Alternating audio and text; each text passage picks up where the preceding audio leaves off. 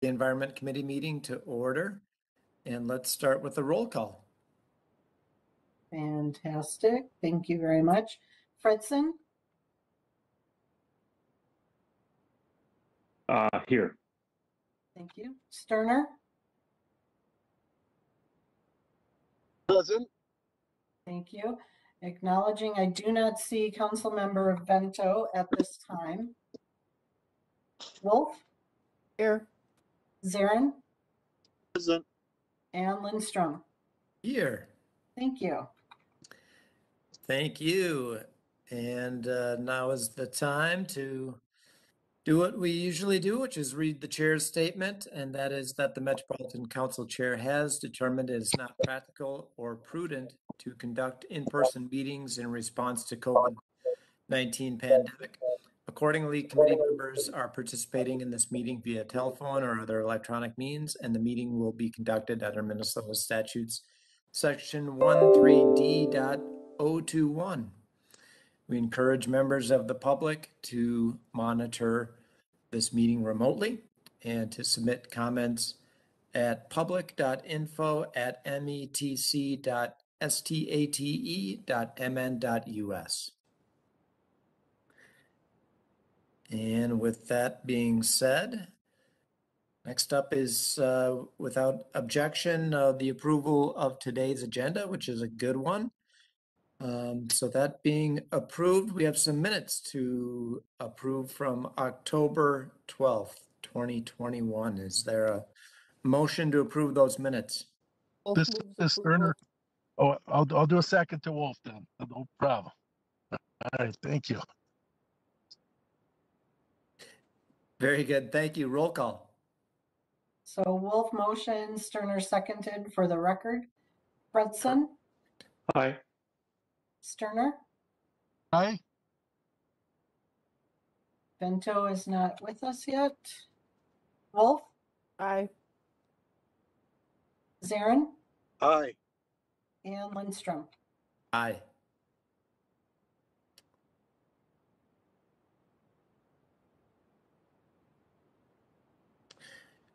All right, and that takes us to today's consent agenda, where we have two items, janitorial services at the Metropolitan Wastewater Treatment Plant and municipal solid waste and industrial waste for Metropolitan Council Environmental Services facilities. Is there a motion to approve the consent agenda? Wolf moves approval.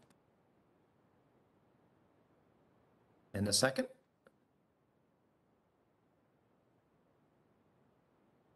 Fredson will second. Super, thank you. Roll call on the consent agenda. Thank you. Fredson? Aye. Sterner? Aye.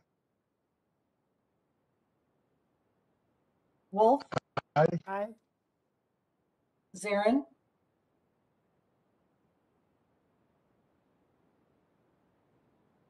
Councilmember Zarin? Zarin's an aye. Thank you. And Lindstrom? Aye. Thank you. Thank you. 5 items on our non-consent agenda today. And the first one is heating, ventilation, air conditioning, and sheet metal services for NCES facilities. This is contract 21P273. Mr. Tierney.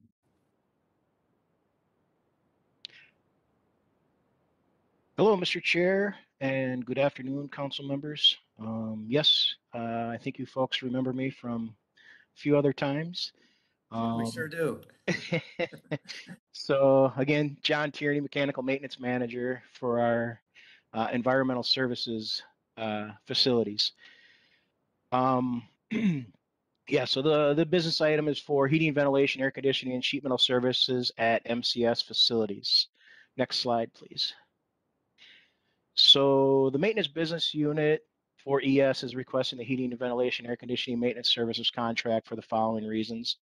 A contractor can provide variability in staffing, maintain all licenses and provide training for the expertise in working with our equipment, and supply all the tools and equipment necessary to maintain and repair our equipment.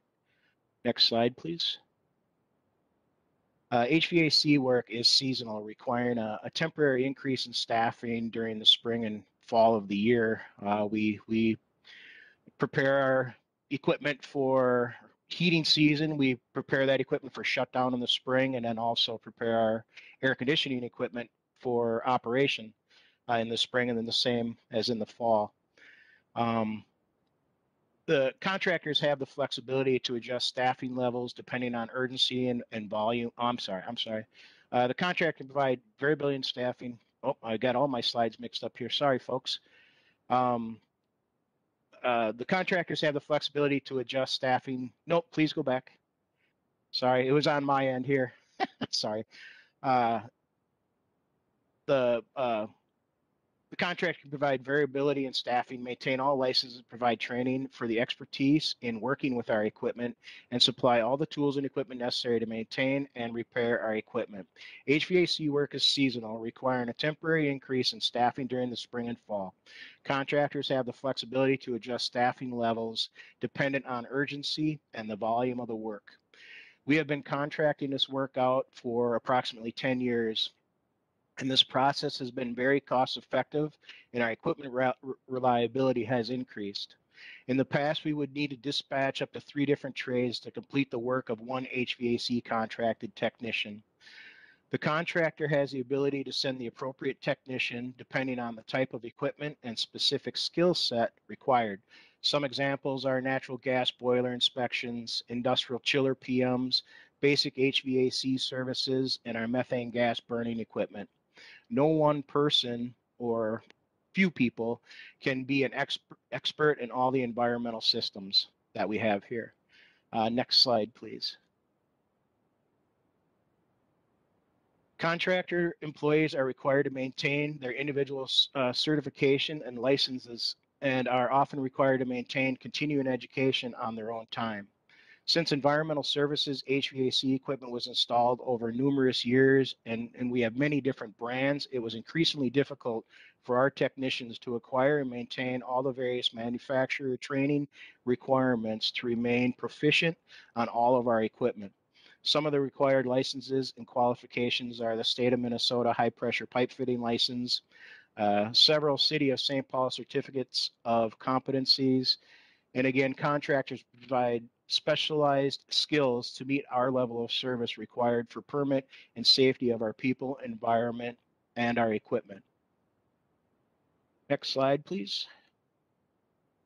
For this contract, no MCUB goal was set. Additional efforts to increase MCUB utilization in the future was explored. Information sharing sessions were held by the Maintenance Business Unit, Procurement, and the Office of Equal Opportunity to educate Metropolitan Council underutilized businesses, MCUBs, contractors on these types of HVAC contracts to meet the level of service required. Non-industrial portions of this work were split into smaller contracts. So what we did, we split out a lot of the human comfort, or technical term for the HVAC world is creature comfort type work. It would include window AC units, residential refrigerators and freezers, outdoor AC units, appliances containing high pressure refrigerant, as in heat pumps, residential air conditioners, process and commercial refrigeration. So basically it's type 1 and type 2 EPA certification work. Next slide, please.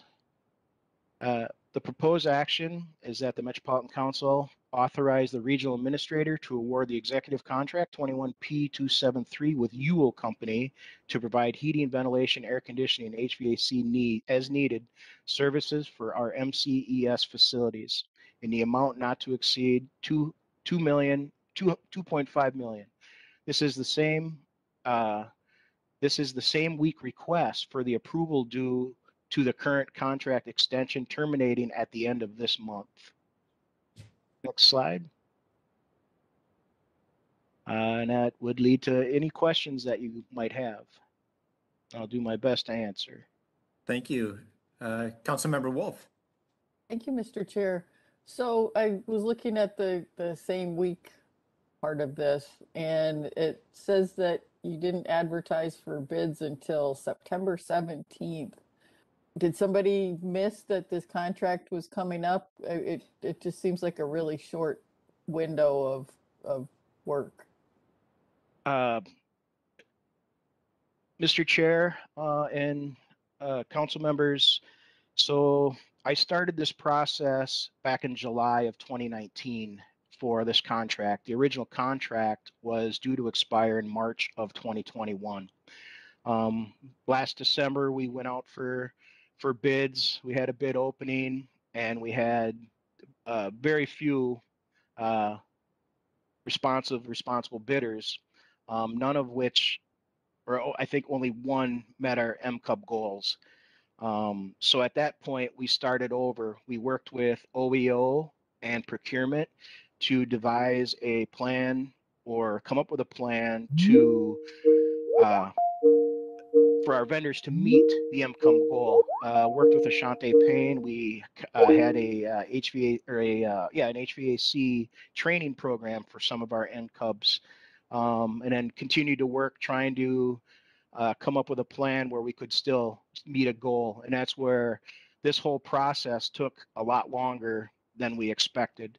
I asked for a time and financial extension a while back, and the exact date escapes me, and I can get that if you need. But it just got down to the point where the length of time it took to get this established brought us right up to the 11th hour here with my extensions. So that is actually October 31st. So that's the reason for the delay. I'm not sure if Jody or Elaine want to give any more additional information.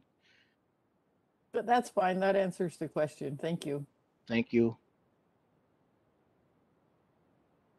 On a related note, so you had a concerted effort to reach out to MCUBs, but there's no MCUB goal for this contract. Could So you like expound upon that? Yeah, thanks. sorry. Yes, so we split out, like I said, approximately it's $450,000 worth of work, and we got that number just from historical data for an MCUB. So we can, solicit two just MCUB firms to take on that extra work, which I mentioned is the outdoor AC units, appliances containing high pressure refrigerant, heat pumps, that type of stuff, type 1 and type 2 EPA certification work. So that work was split out specifically for an MCUB. A lot of the work as far as the process equipment and that type of stuff was very hard to identify an MCUB that could meet our level of service. But so that was our approach to meet that MCUB goal. Worked extensively with OEO and procurement on that. So I'm actually pretty proud of the efforts that we put forth and the collaboration that we've done to come up with this. So Fantastic. And that 400,000, will that be coming before our committee at a future date for approval? Or? I believe that's below the threshold. But it'll be a 3-year contract with the option to renew for 2 12-month periods. Yeah, and that should be. I know it's in the queue right now to go out for bid. I know we have some other obligations that are a little bit before that. So procurement and OEO will be working on that very soon. That's great news. Councilmember Zirin. Yes, thank you, Chair Lindstrom. Mr. Tierney, I want to here I go. I'm going to do the thank you thing. Thank you for your effort on this.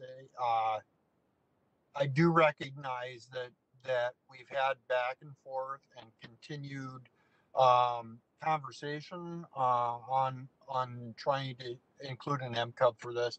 I think you did a great job. You got where we wanted to. It took a while. I recognize that, and I thank you for it.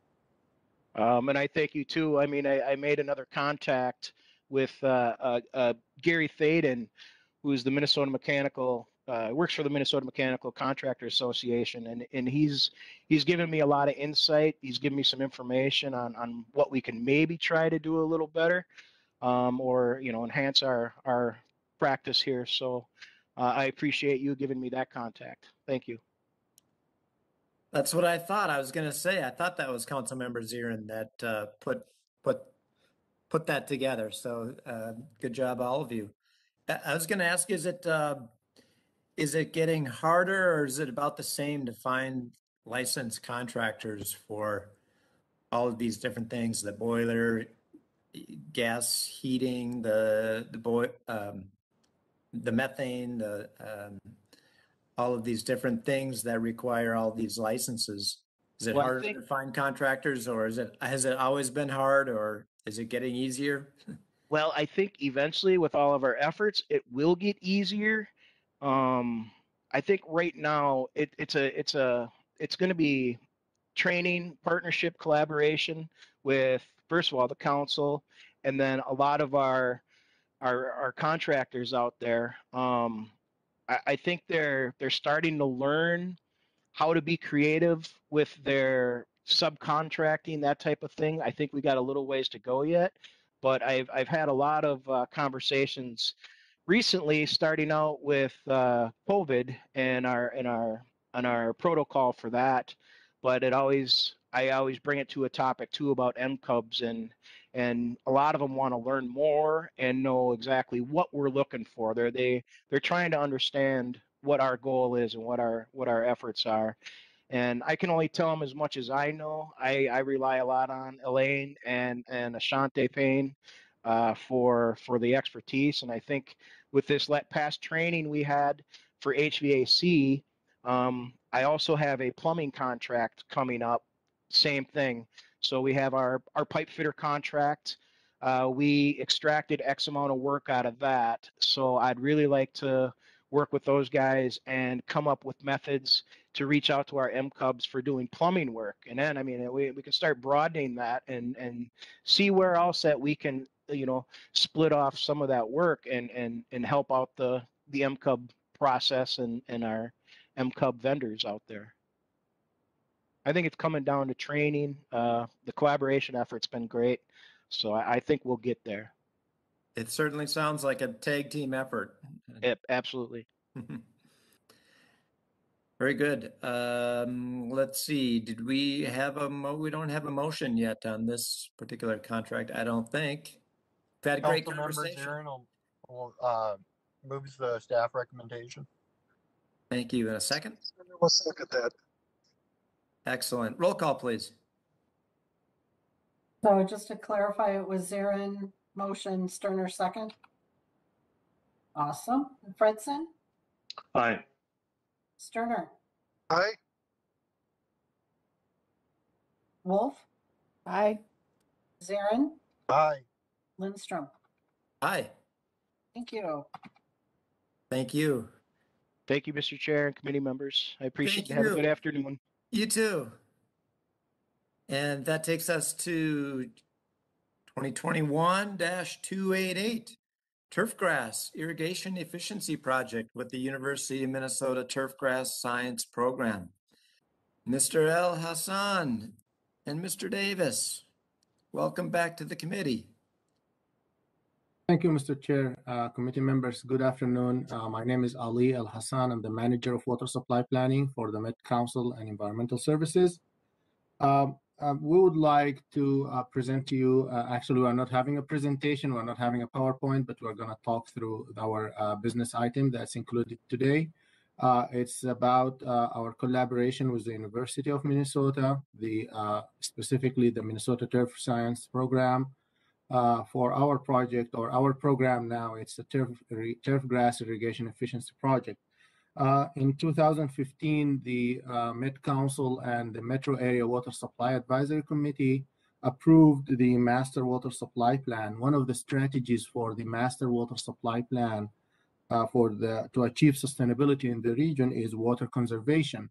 And as we know that 25% of our water use is for landscape irrigation, that became, and it's an irrigation, outdoor irrigation is identified by the Department of Natural Resources as one of the unessential water uses in the state. It became one of our targets to be more efficient in using our outdoor irrigation. And that's where we started this program with the University of Minnesota in 2015. So we have been working with them for the last 7 years. The program have been evolving around developing good research, providing outreach programs, and reaching out to communities and providing them with information that the communities need to make decisions about their outdoor water use.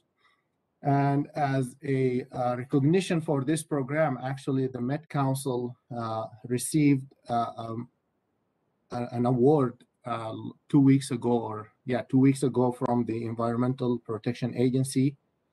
When we received for the environmental services, we received the 2021 Water Sense Excellence Award. This award recognizes our agency dedication to helping consumers, communities, and businesses save water despite the challenges and disruptions of the COVID-19 pandemics. Actually, the two programs, two collaborative programs that's highlighted in this award were the Water Efficiency Grant Program. That's when we give money for the communities to implement different efficiency measures. And the second program that's recognized in this award was the turf grass irrigation efficiency project with the University of Minnesota. So with that, I would like to introduce Brian Davis, a senior engineer with the Water Supply Planning, to take us through the business item. Thank you, Mr. Chair and committee members. Thank you, Ali, and thank you, Mr. Chair and council members for being here today. This project is one that we started a couple of years back, as Ali said, I think back to 2015 with the University of Minnesota, and it's one that has been, I think, quite successful thus far. It's been a very good partnership between our organization and theirs. Of course, the background is one that you're familiar with. At least a quarter of our total water use here in the Twin Cities residentially is put on lawns through irrigation. And so that is something that is an increasingly large driver for water use in the metro area. And of course, it's not evenly distributed. Some communities have more irrigation than others, but the summer, as we know, is the prime time for irrigation. And with the drought that we had this most recent summer, irrigation and grass seed mixtures, turf grass, were in the news quite a bit, probably more than they have been in a long time. So our project with the university has been going on for a couple of years now. It has started, when it began, it was more in the data collection and analysis phase when we were trying to get our arms around the problem and understand exactly how much water we were using outdoors and how leaky these irrigation systems could be or were. And so we've done a lot of work on that, both from going out into the field and measuring these items in people's lawns across the metro area, doing surveys, and then of course doing some research at the university where we are doing, we have some drought experiments going on with different turfgrass species and also different irrigation systems that we've installed to see just how much water it's possible to save through doing things such as replacing your controller with an EPA weather-based smart controller or soil moisture sensor, or going in and doing an irrigation audit and seeing just how much leaking is occurring in the system and how much you can save when you take care of that through an irrigation audit and proper maintenance. So we've been doing that work. We are still doing some research and data collection, but we've really been transitioning in the past 2 years to this project being more of an education and outreach kind of project. And so we have done some really good work, I think, with the state fair and with having meetings and educational sessions at the university campus and also at our site at the Minnesota Landscape Arboretum. But of course, this happened to be the times that COVID occurred, and that has really been a challenge for any kind of outreach oriented program like ours, but we did manage to work around it, I think, pretty well. We have done a number of webinars over the past 18 months that have been very well attended. This year, with the relaxing of some of the restrictions that we had in 2020, we were able to use our new turfgrass irrigation educational trailer to go out to sites around the metro area in a socially distanced way, to farmers markets and environmental events at a number of places, all around the metro area. And of course, the state fair did occur this year, so we were able to be there again. And so we've made some really good strides, I think, given the challenges that we've been facing with COVID. And hopefully, as things continue to improve, we're going to be able to do more of that. And that is what we seek to do with the next 3 years and final 3 years of this project, to take this knowledge that we've gained, to use our trailer to develop more educational materials, to conduct a lot more outreach, and also use our site at the Minnesota Landscape Arboretum as a learning site where people can come, see turfgrass species, learn how to do an irrigation audit. We can develop our certification programs for these activities and use those facilities, for this purpose, which is what we've had in mind since probably the midway point of this project. So that's the direction that we're going with this. Like I said, we have a very good partnership with the university. We just won this award from EPA WaterSense, in part because of our university project. It's really great to work with them. They're easy to work with. They're very smart. They're very on the ball.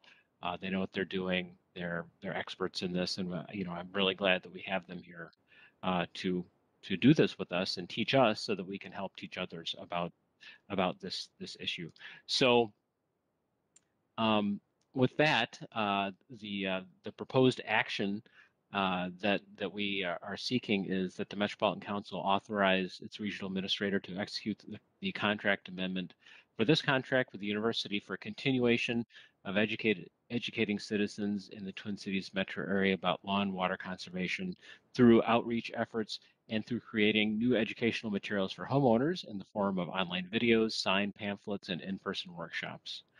This amendment to the contract will be in the amount of $378,745 for a total contract not to exceed value of $969,950. So with that, I would be happy to take some questions from the audience members here about the project. Thank you. Great presentation. And Ali, you and I met back in 2017 at exactly one of these educational events at the University of Minnesota in the fine city of Falcon Heights. Yep. At that time, you were, I think you were riding your bike, going to work, and you stopped by our site visit, and we enjoyed having you there. That's right.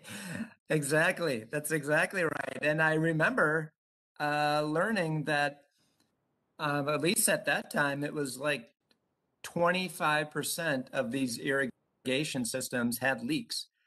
And hearing about if you have a head that's been knocked off on your irrigation system, and it's 4 a.m, you're never gonna, what are the chances that you're gonna see that, and it's just gonna leak, hundreds, thousands of gallons of water before you ever catch it. So yeah, I support this wholeheartedly. But any other questions or comments?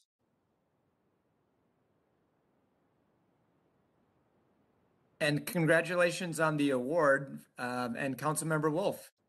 Thank you, Mr. Chair. I also visited the research facility a couple months ago. They had a presentation of the work that they're doing, and it's very interesting looking at drought tolerance of different types of grasses and what happens if they're in shade versus in the sun, and how people can make mistakes on setting up their controllers and what impact that has. I mean, it's stuff that I wouldn't necessarily have thought of, but it's good work. And if there aren't any other questions or comments, I would Move approval of the staff recommendation. Zarin seconds. Motion has been made and seconded. Roll call, please. Fredson, Aye. Sterner, Aye. and I just wanted to acknowledge Councilmember Vento is watching via YouTube. She is having severe technical difficulties with her internet, so everybody wave at her. And then I will call on Vento at this time to send me an email with your vote.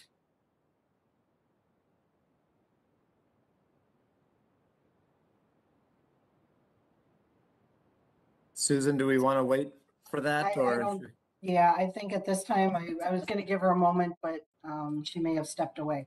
So Wolf, Aye. Zarin, Aye. and Lindstrom. Aye. Thank you. Thank you, and again, Committee congratulations. members, thank you very much. And we invite all of you again next spring. We're going to have more of those activities. And we are actually, hopefully, if we are going back to in-person meetings, we are planning to bring the trailer that we have to the Met Council offices, somewhere around the Met Council office for a day, so that the council members can take a look at our educational trailer that we have worked with the university to develop over the last year. Thank you very much. Very cool. We will be there. All right. 2021-289, authorization to hold a public hearing on the draft facility plan for the Hastings wastewater treatment plant, MCES project 80980. Heidi Hutter, Chad Davidson, welcome. Thank you. Good afternoon, Mr. Chair and committee members. This afternoon, Chad Davison and I would like to share with you a summary of planning work that we've completed for relocation of the Hastings wastewater treatment plant before requesting authorization to hold a public hearing on the draft facility plan. Next slide, please. The 2040 Water Resources Policy Plan includes planned replacement of the Hastings plant to serve the long-term service area, which may include land areas of Marshan, Nininger, or Vermilion townships. The long-term planned capacity for the Hastings area requires a facility able to treat 10 million gallons per day.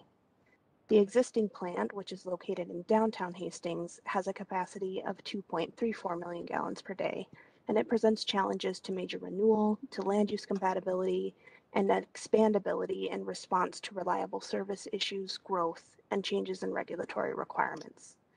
Based on a 2020 condition assessment, in order to continue reliable service at Hastings through 2040, an investment of approximately $26 million would be required.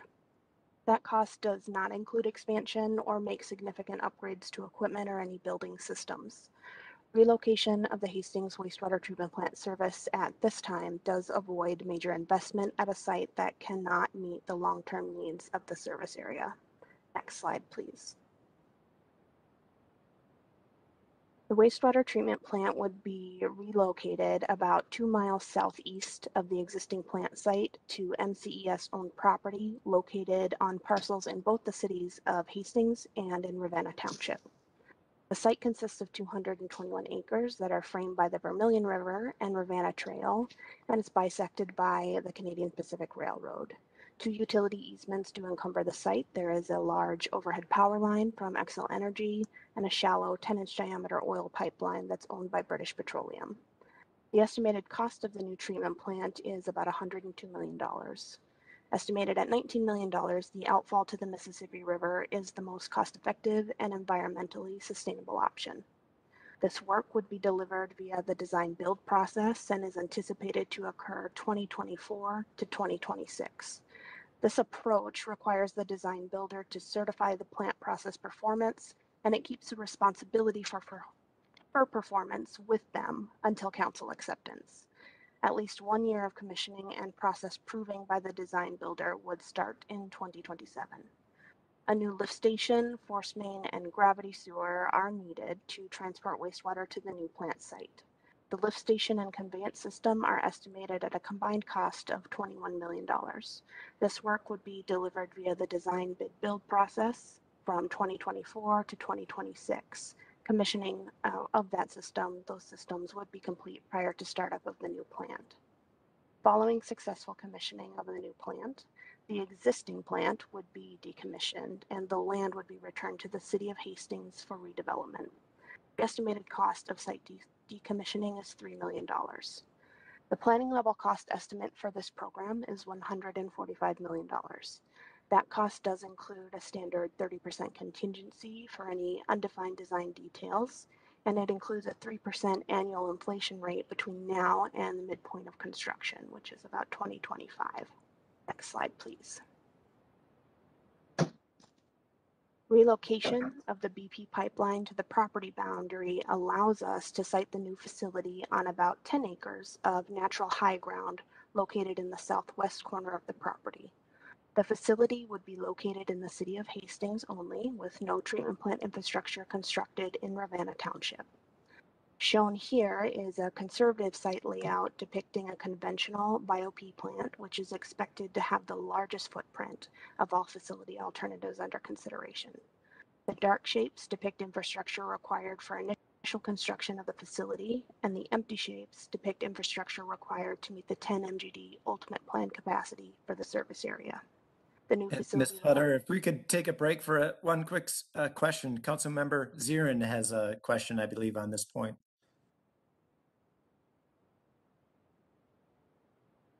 Oh, you're muted. There. How's that? All right. In the presentation here, we're assuming I think you said a 3% inflammation. Oh, inflation rate with construction costs, the cost of steel and raw materials. I know the professional services part of it has been growing faster than the materials. Is that but can we revisit that 3%? Because I'm not feeling like that's going to be accurate at that when that actually happens. Could you step back and talk about the inflation rate of the project, if you would, please? Sure, I could do that. And I do understand your concern. The 3% annual inflation rate is standard MCES financial guidelines. At this point in the planning process, it is an appropriate number to use. I wonder if finance or someone else on the line might be able to add to that. Can pause for a moment there. Mr. Chair. Yes, please. Hello, my name is Janine Clancy. I'm the Assistant General Manager for Wastewater Planning and Capital Project Delivery. And I did speak with our finance analyst who has kept track of inflation rates over the years since, well, actually for many years, but he looked at the value from 2005 to 2020. And the annual average construction inflation rate is in fact 3%. Now, to Councilmember Zirin's comment, in 2021, the construction inflation rate has been about 8%. So we are in an anomaly of a sorts at this point in time. And of course, this is something we will continue to watch as we advance the project. Ms. Hutter mentioned the fact that there is a 30% contingency rate. That also protects us as we advance our program as well. We are in a concept level stage. So again, we will continue to refine and advise the council as we move forward. And if there's any other questions, I'm happy to help answer. Any follow-up, Councilmember Zirin? No, that is perfect. That's exactly what I wanted to hear, is that we're taking it into consideration, because that inflation rate is happening. We do have the 30% contingency.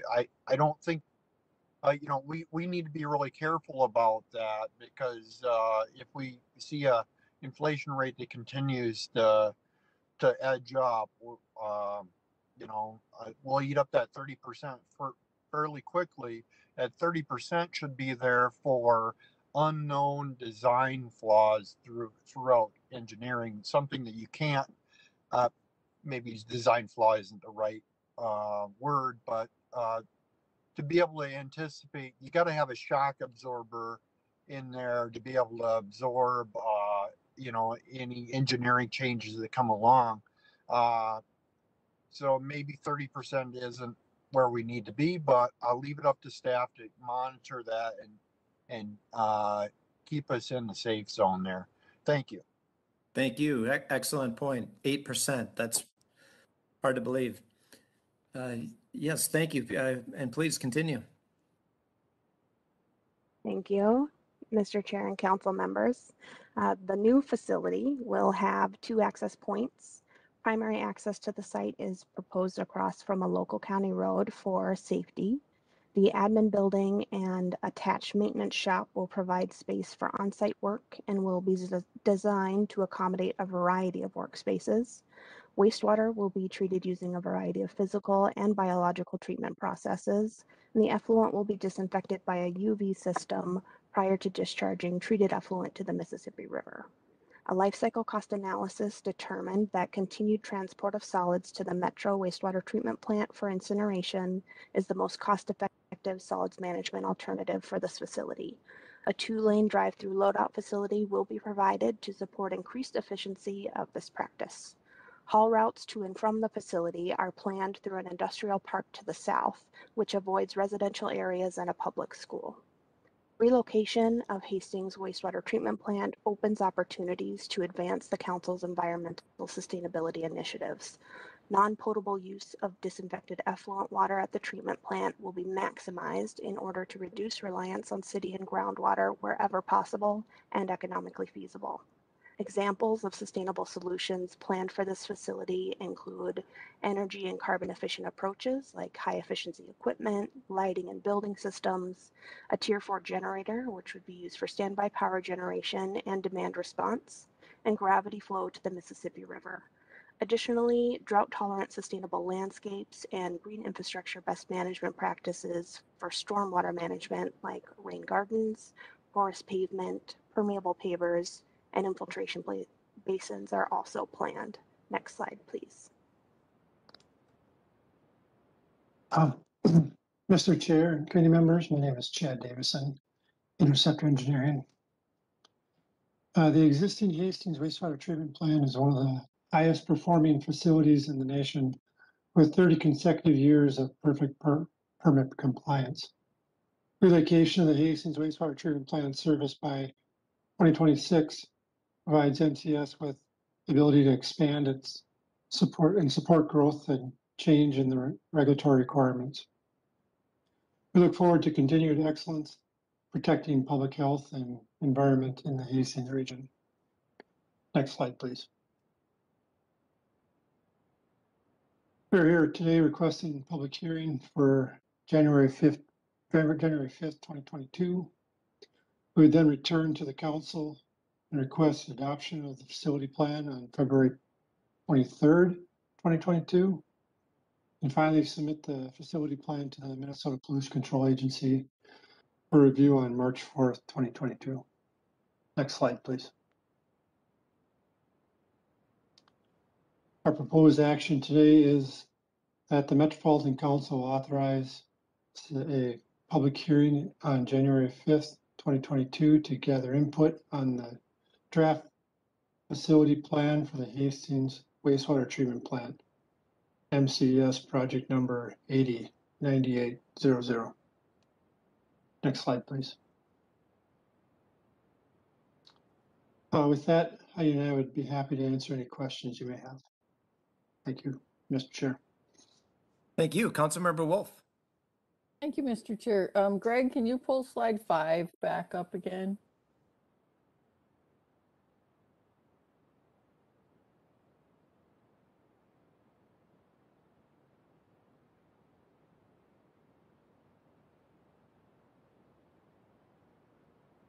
Thank you. Oh, no. The next one. The picture of the plant. Keep going. That one. Thank you. That's an old picture. This is in my district. And I just wanted to point out the constraints that this plant has in terms of its small footprint and its neighbors. That area on the other side of the railroad tracks, that where the cars are parked, is not a parking lot. It's an apartment building that's been there for several years now. So that area of downtown Hastings has been doing very well at preserving and reinventing itself. And the area where that parking lot was undeveloped for 33 years. It had been, whatever was there was torn down, and then the apartment building was built 33 years later. So the plant had a kind of a buffer from the downtown for quite a while, but now with the apartment building next door and growth pressures around, it really is the right time to look at a different future for that wastewater plant. It was planned to happen a while back and got pushed back because of the slowing of development. But the time has come to get this done, and just wanted to express my support for the project. Me as well, and I really love what the city has done with its waterfront, its beautiful parks. There's been a lot of work. Clearly, a lot of work has been done by the city of Hastings to really revitalize their waterfront area. It's one of my favorite parks, just to walk along the water.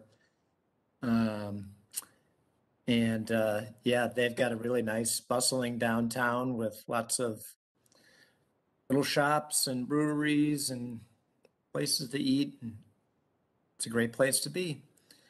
Other questions or comments? Well, Councilmember Zarin here. Please go ahead. I think that was a motion by Wolf and Zarin is second it. Sure. I heard the same thing. All right, thank you. Roll call, please. Fredson, Aye. Sterner, Aye. Wolf, Aye. Zarin,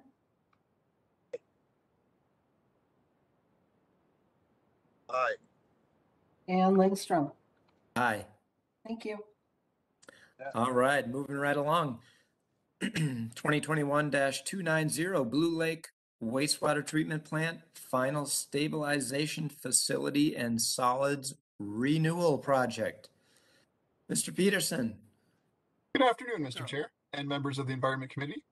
My name is Jason Peterson. I'm a principal engineer in the plant engineering and project manager at the Blue Lake Wastewater Treatment Plant. I'm here to present the business item 2021-290 Blue Lake Wastewater Treatment Plant FSF and Solids Renewal. Next slide, please. Blue Lake Wastewater Treatment Plant treats wastewater from 29 communities and 300,000 residents in the Southwest metro area. The plant location shown here is in Shakopee, just south of the Minnesota River, west of 169 on Highway 101. The plant effluent is conveyed to the Minnesota River via a 1-mile pipe that heads west from the plant and turns north between Blue Lake and Valley Fair. Next slide, please. A condition assessment was completed at the Blue Lake plant in January of 2020. There were a few items in the plant that have reached the end of life and need to be replaced prior to the schedule of the recently approved facility plan.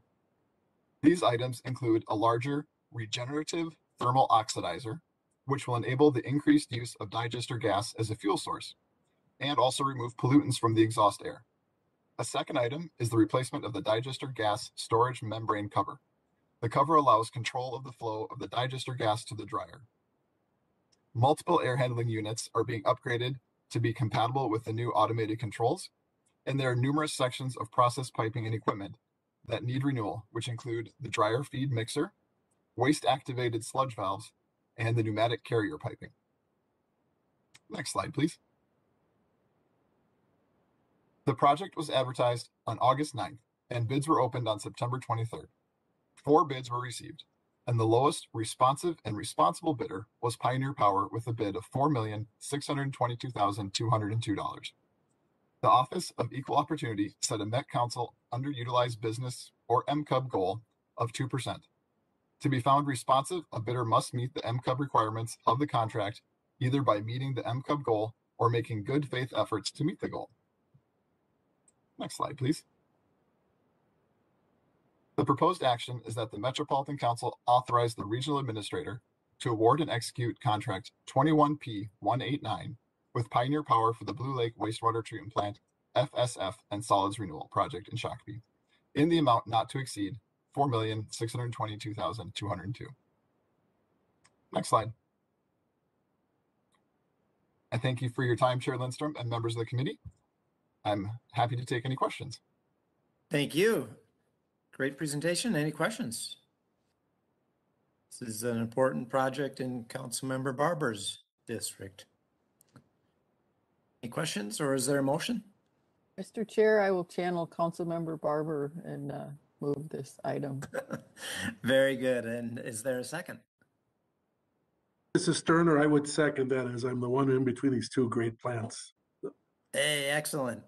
Roll call, please. Fredson, Aye. Sterner, Aye. Wolf, Aye. Zarin, Aye. and Lindstrom. Aye. Thank you. All right. Last but not least, 2021-291 lift station L24 renovation and force main 7020 replacement in Waconia. This is phase 3, contract 21P009. Mr. Remus, welcome back. Thank you and good afternoon, Mr. Chair and committee members. As you mentioned, my name is Chris Remus and I'm an assistant manager in Interceptor Engineering. And today I'd like to present to you the committee business item 2021-291, lift station L24 renovation and force main 7020 replacement and Waconia force main 7508 phase 3, contract 21P009. Next slide, please. So the project drivers are listed below here. Part of it is renewal of a 50-year-old infrastructure, which is about 2.5 miles of existing force main that we'll be replacing with this project. We'll be meeting the current operational safety and reliability standards with upgrades at lift station L24 with electrical, HVAC, and general access to both the wet and dry side of the lift station. And we'll also incorporate capacity for future growth in the area. Next slide, please. So to give you a little idea, the map on the left is showing the part in orange, that is the 2.5 miles of force main that will be replaced with this project. On the very left side of that, probably a very little dot there is L24, located just east of St. Bonnie, and this work is primarily adjacent to Highway 7 in the right-of-way. And the last little bit is connecting to the blue line, which we worked with the city of Minnetrista a year or two back to install that, and we will connect to that with this phase, completing the improvements on the force main. And also on the right side is the little portion, it's about 1/4 mile long, of replacement of the last phase of the Waconia force main, and that is within the city of Victoria along Highway 5, and that is County Road 11 just on the north, intersecting there. So that little portion will be replaced, and that'll complete all improvements on the Waconia force main as well. Next slide, please. So to summarize, again, the renovation of the lift station L24 and replacement of the Interceptor 7020, and we'll connect those improvements to previously installed force main, and that will complete the improvements for that section, along with the replacement of the last original segment of the Interceptor force main 7508, the Waconia force main. Next slide, please.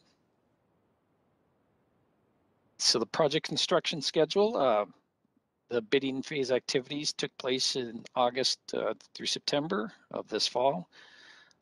We are currently in the contractor bid award phase, presenting to the Environment Committee today and bringing it forward to the full council in November.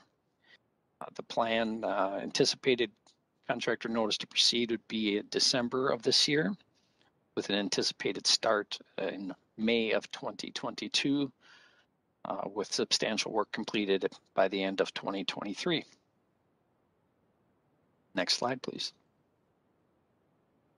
So the bid summary, we received 4 bids, which ranged from $19,059,000 to $26,108,000. Geisinger and Sons was the low responsible bid of $19,059,145.54. And the Office of Equal Opportunity set a DBE goal of 11%. To be found responsive, a bidder must meet the DBE requirements of the contract by either meeting the DBE goal or make adequate good faith efforts to meet the goal. Next slide, please. So the proposed action is that the Metropolitan Council authorizes the regional administrator to award and execute contract 21P009 with Geisinger and Sons Incorporated to construct the lift station L24 renovation and force main 7020 replacement, Waconia Force Main 7508 Phase 3, in an amount not to exceed $19,059,145.54.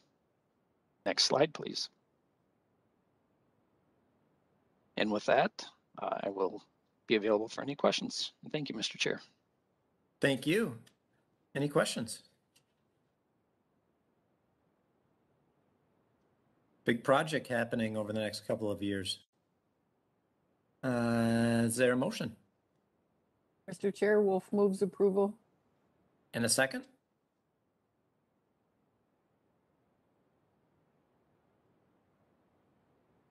Is that Councilmember Zirin I hear? Yes. To make a second? Seconds the motion. All right, thank you. Roll call.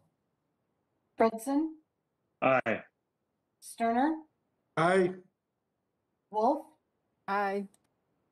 Zarin. Aye. Thank you. And Lindstrom. Aye. Thank you. All right, that takes us through our non-consent business agenda items. And up next, we have an information item about the Americans with Disabilities Act Transition Plan update. Welcome.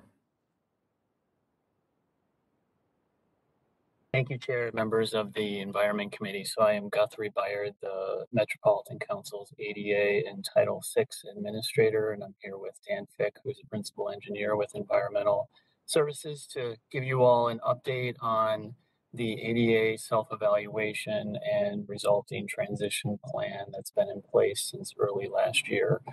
We were here about a year and a half ago giving an update, and so we wanted to provide you all with another update here. So Greg, next slide, please. Okay, so according to Title II of the ADA, which impacts state and local governments, the council is required to have an ADA self-evaluation on file that identifies all areas of non-compliance. And so from June of 2019 to December of 2019, we contracted with JQP Incorporated, which is an MCUB, to evaluate all of our facilities. And so it was all of the environmental services facilities, including the Robert and Jackson Street offices, as well as all of our transit facilities. And in doing that, each facility received a report that identified all of the areas where we were out of compliance with the Americans with Disabilities Act, which is over 31 years old now. And over 600 barriers were found. And also what is required of the ADA under Title II is a transition plan that details the self-evaluation process that was undertaken, as well as actions that'll be taken to address those findings. And this is an annually updated transition plan. It's available on the council's ADA and accessibility website. And so next slide, please. Go ahead. So wanted to share with you a couple of photos that really just provide the breadth of the issues that were identified. I mentioned that over 600 barriers were identified, and that was on a scale of 1 to 4, with 1 being the most significant. And the most common barrier level was number 3. So this is really height of operable parts and, say, bathrooms. In this case, in the photo on the left, which is at the East Bethel location, this is an issue with the height of the accessible parking sign. So that would fall under priority level 3.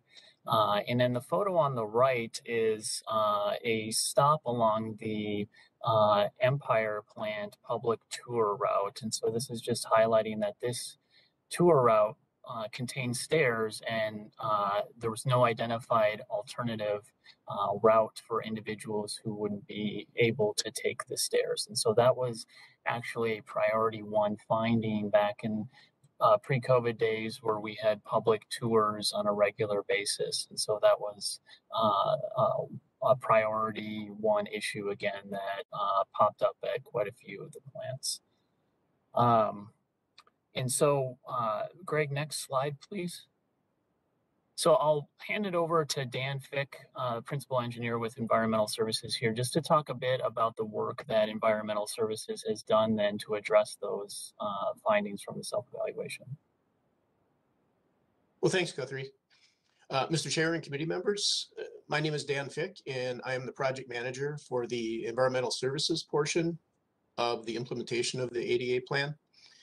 Today, I'd like to update the committee on the progress we have made in 2020 and 2021 on the items that were identified in the plan. That would be the 600 plus items that Guthrie mentioned.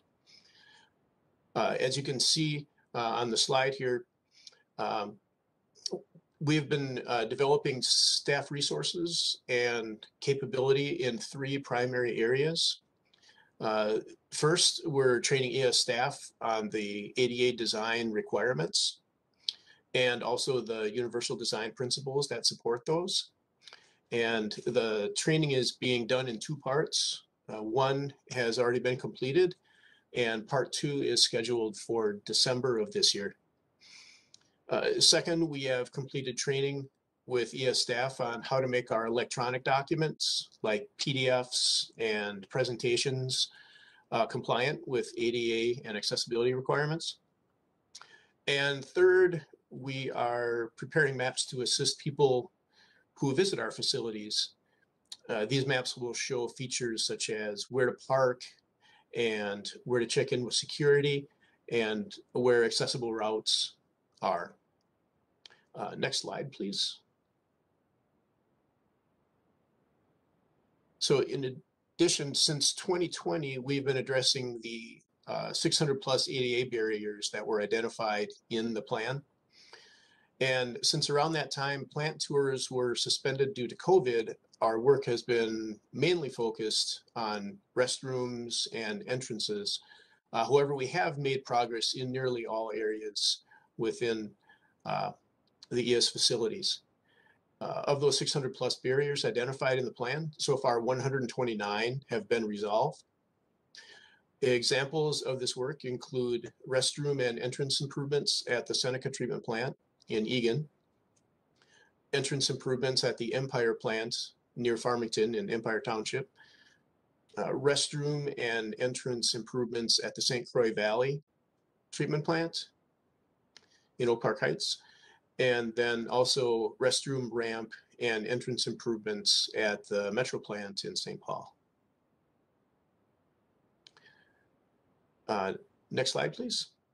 So as an example of these improvements, the old ramp at the Metro plant admin building was badly deteriorated. The traveled surface had settled areas where you had steep, rough, and unstable concrete.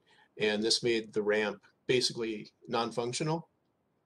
Therefore, we replaced that concrete surface and restored its smoothness, slope, and functionality. Next slide, please. Another example, this is the entrance to the break room at the Metro Plant admin building. And as you can see, there's a step, but there previously was no handrail. And this proposed a potential safety hazard as well as an ADA barrier. So here we added a ramp, we added handrails, and installed an automatic door opener to eliminate those issues. Next slide, please. Work during 2020 and 2021 has been funded mainly by one-time funds provided by the Office of Equal Opportunity. Looking forward to 2022, funding will be by environmental services directly. And work will be prioritized by the severity of the barrier, though that 1, 2, 3, or 4 that Guthrie had mentioned. Will also be prioritized by available opportunities for work in that particular area. For example, if there's a project going on that involves a particular building or area, that's a good time to jump in and do these as well. And then also with resumption of tours, a lot of our tour route barriers are #1 priorities, or as far as severity goes. So when tours resume, that work will be prioritized as well. So next slide. So if you have any questions at this time, Guthrie and I would be happy to answer them, Mr. Chair. Thank you very, very much. Any questions?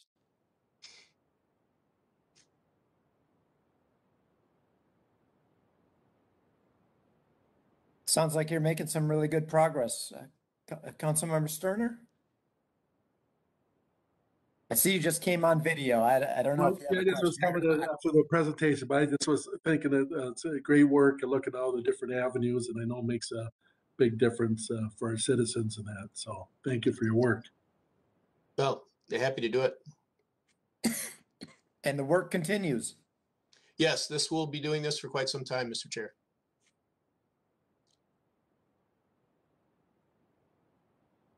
Well, thanks again. If there's no other questions, we'll keep moving on. Thank you very much. Well, And thank you. Thank you. I believe that takes us to our general manager's report. Lisa. Hopefully my dog might interrupt me here. I'm going to say, hang on a second.